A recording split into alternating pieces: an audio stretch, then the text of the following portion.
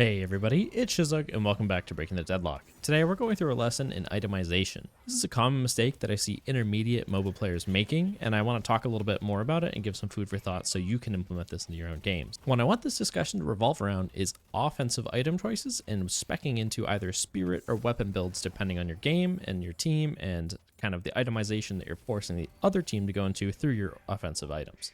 What ends up happening is that you'll either spec into spirit or weapon damage and invest really heavily into one or the other and find out that the opponent is already countering you because of someone else on your team. And I want to talk a little bit about this and break this concept down. So the first thing that we need to understand and break down is the two different types of damage in the game.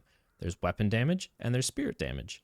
Weapon damage comes from your gun, it comes from melee attacks, bullets, and then also some other abilities in the game can also do weapon damage. And then spirit damage typically comes from abilities. There's a couple active items that are going to let you do damage, some other items that are going to proc and do extra damage, stuff like that. And often what we do when we're taking a significant amount of spirit damage or weapon damage is we go to the vitality tab and we try to figure out something that can let us survive those fights and not take that majority damage anymore.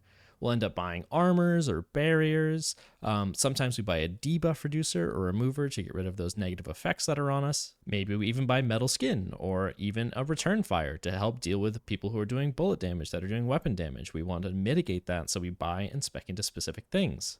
So one of the more obvious choices in the game recently has been buying metal skin versus Haze. This is an obvious buy. She presses her ult, you press metal skin, you don't take damage, her ult is nullified for 3.5 seconds.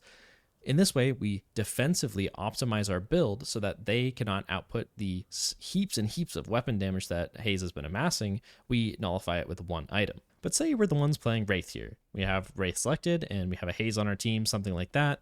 We can make the assumption that people are going to buy metal skin versus that Haze, and we can change our build and optimize it to be compatible with the Haze.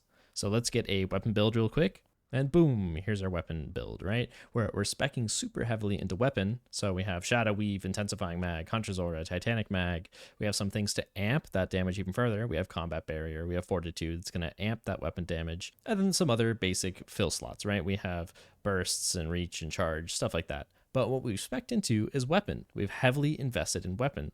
And if we have a Haze on our team, the chances are high that people will itemize and build a metal skin against that Haze anyway. If she's owning, if you're owning, this is an obvious choice for them to get, right? So rather than investing heavily into that weapon damage, what I suggest you do instead is build heavily into spirit items instead.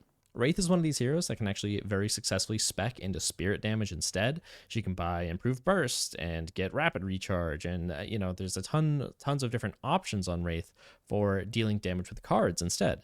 And instead of doubling down on the weapon category with your Haze on your team, you can instead spec into spirit a little bit more heavily. So let's take a look at these 4 teammates that we have here. Say we're playing Wraith, and then these are our 4 teammates. We're going to take a look at what they've built throughout the game, right? These are all 4 viable builds on each of these heroes, and we're going to inspect them. So first off, we'll take a look at our 7. It seems like he has built super heavily into the ball build. He's going very heavily into spirit, and we can see that here too. We have our synopsis of what they have spent their souls on. And then next we have our Geist. She's actually done the same thing. She's got improved burst, mystic reverb, improved reach. She's going heavily into essence bomb builds.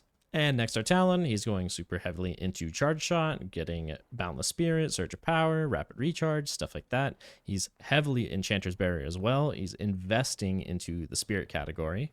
And Warden is actually built into the ult build. He has Diviner's Kevlar. He's going for Surge of Power on the ult and making sure that the ult is doing a lot of DPS and killing people through that, not necessarily through the weapon damage. And something that a lot of these heroes here have in common is that they could all spec into different builds. Maybe not 7 quite, that's maybe an iffy. He's pretty locked in on spirit damage.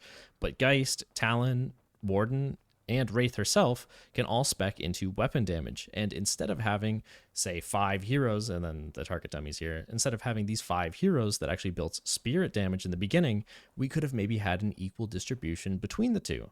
What I would have liked to see from these heroes and this team comp is I would have liked to seen a diversity of builds throughout them. Maybe if it has to be Geist that's specking into weapon damage instead, or Warden shouldn't have gone the ults and spirit build. Any good opponent versus this lineup that we see here, if they see these 4 heavily spirit oriented heroes, and then imagine this Wraith also was into spirit damage as well, it's a pretty simple one-stop shop. They get some improved spirit armor, they find more spirit resist in the shop, they continue to stack up on it, and it's going to take care of the entire cast.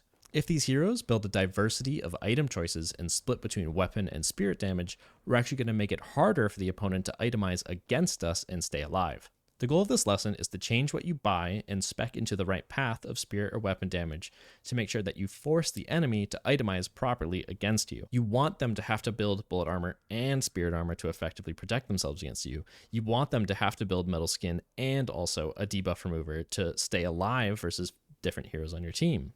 You want to give your opponent the least catch-all opportunity to actually stay alive in these fights. I would say that these 4 heroes here are some of the options that you could actually spec into one or the other, where it could be spirit damage or weapon damage. So I urge you to kind of, when you pick up a main and understand that hero fully, I think it's also about understanding different build routes that you can take for that hero. Fully understanding the capabilities of the hero that you play is going to allow you to itemize offensively to make sure that you maximize what you're forcing your opponents to build instead. And in the past, this wasn't true for all of these heroes.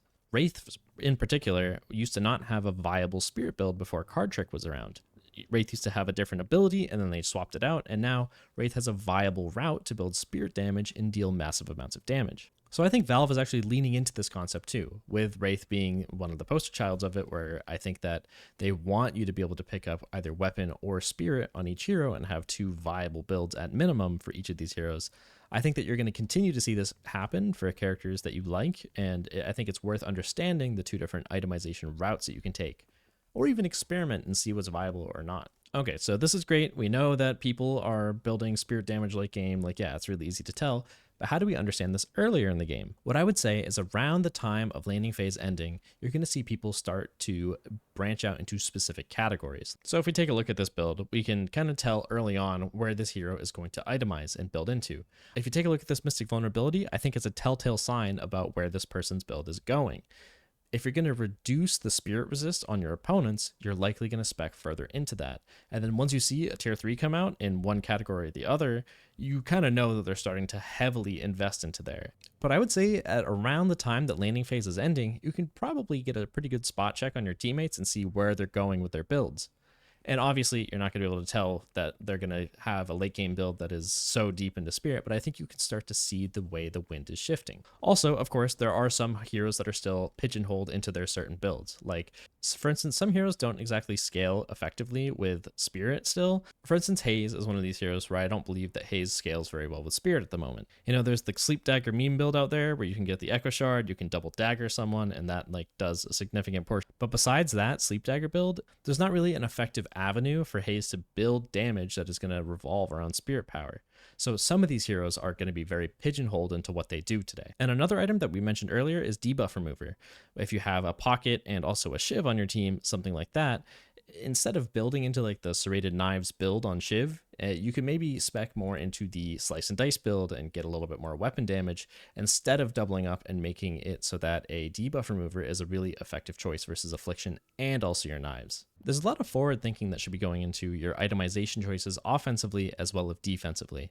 And I think if you start to weave in some of this knowledge into your games, you're going to A, understand the items better, but then B, understand the interaction between items even more effectively. If you got to this point in the video and you're a regular Shizlug viewer, I would be very grateful to get your subscription into the YouTube channel. It is very appreciated, and honestly, it's kind of mind-blowing still to see the support that we get on these videos. So I'm very appreciative for all of you, and I hope you learned something today about itemization and offensive choices that you can make in each game.